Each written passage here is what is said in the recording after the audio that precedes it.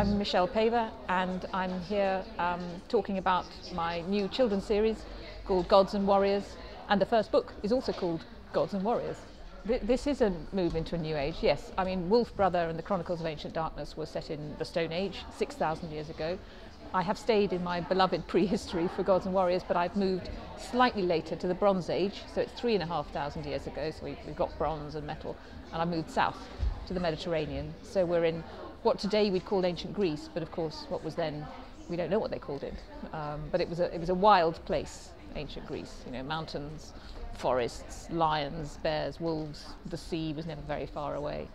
I think whether you were a priestess or a warrior or a chieftain or a slave, it was an uncertain world.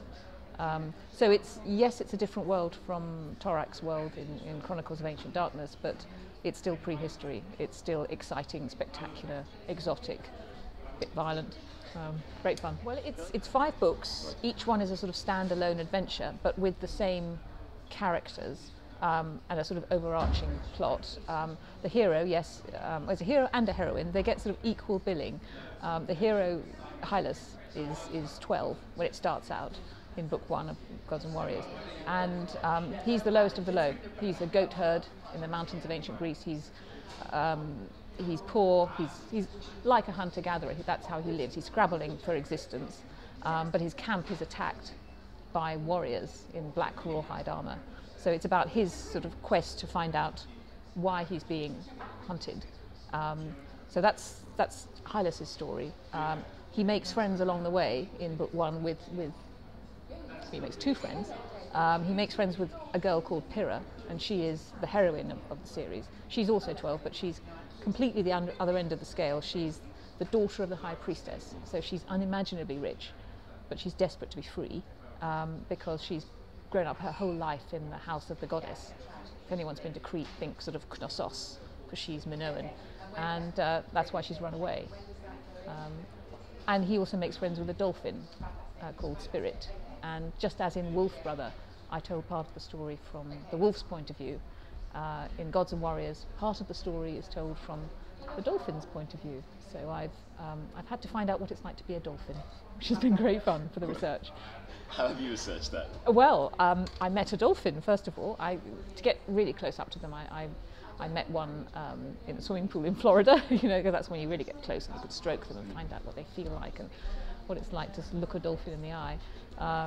And then I went swimming with some wild ones in the Azores, or off the Azores, and that was just extraordinary.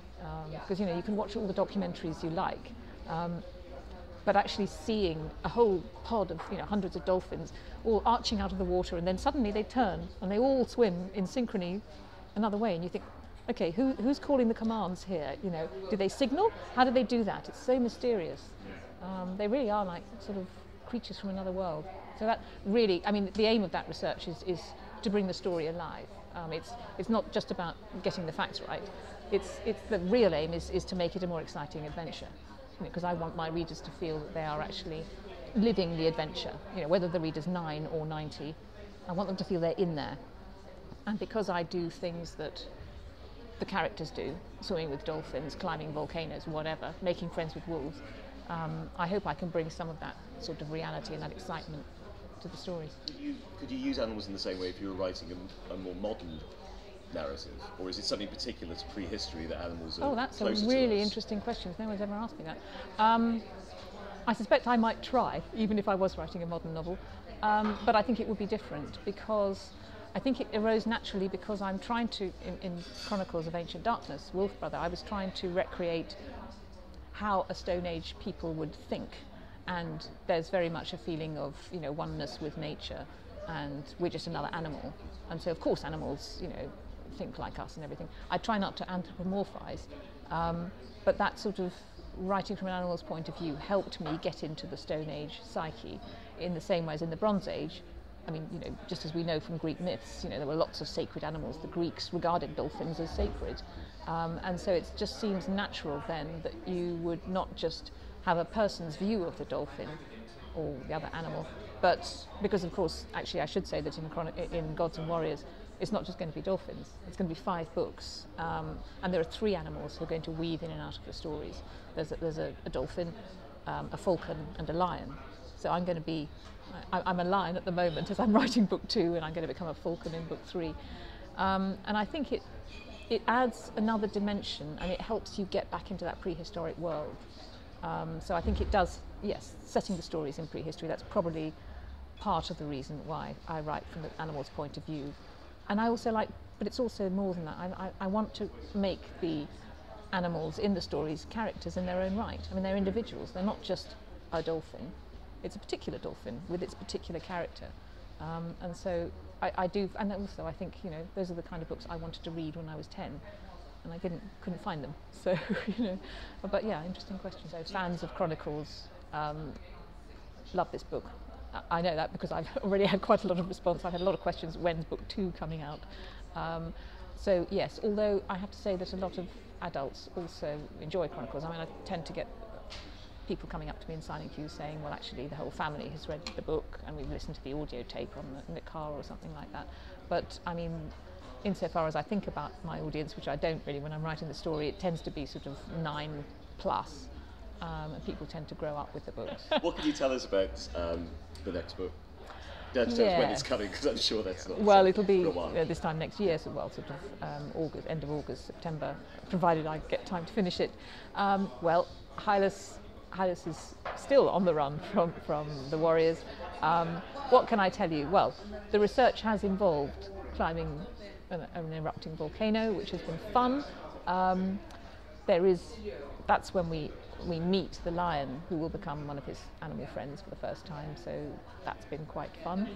I think that's, I think that's about all I can tell you at the moment. I don't want to have too many spoilers. But that's okay. So I should say it's called The Burning Shadow. That's the next book. So Gods and Warriors, book 1, and The Burning Shadow is the second book.